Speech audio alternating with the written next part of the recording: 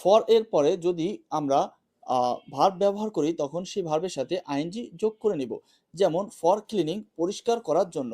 এখন কথা হলো আমরা ভার্বের সাথে আইএনজি কেন যোগ করব?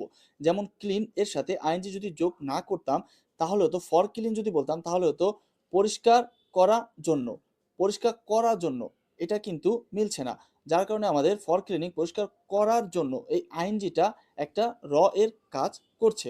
আবার দেখুন আবার দেখেন ফর রানিং দৌড়ানোর জন্য। যদি আমরা বলতাম ফর রান তখন হতো দৌড়ানোর জন্য, কিন্তু দৌড়ানোর হতো না। তো দৌড়ানোর বলার জন্য আমরা ব্যবহার করেছি ফর রানিং দৌড়ানোর জন্য, ফর ট্রাভেলিং ভ্রমণের জন্য, ফর হেল্পিং সাহায্য করার জন্য, ফর উইনিং জেতার জন্য, ফর বাইং কেনার জন্য। তো আমরা যখন ফরের সাথে ভার্ব ব্যবহার করব তখন এটা আইএনজি বসিয়ে নিব এই রটাকে উচ্চারণ করার জন্য।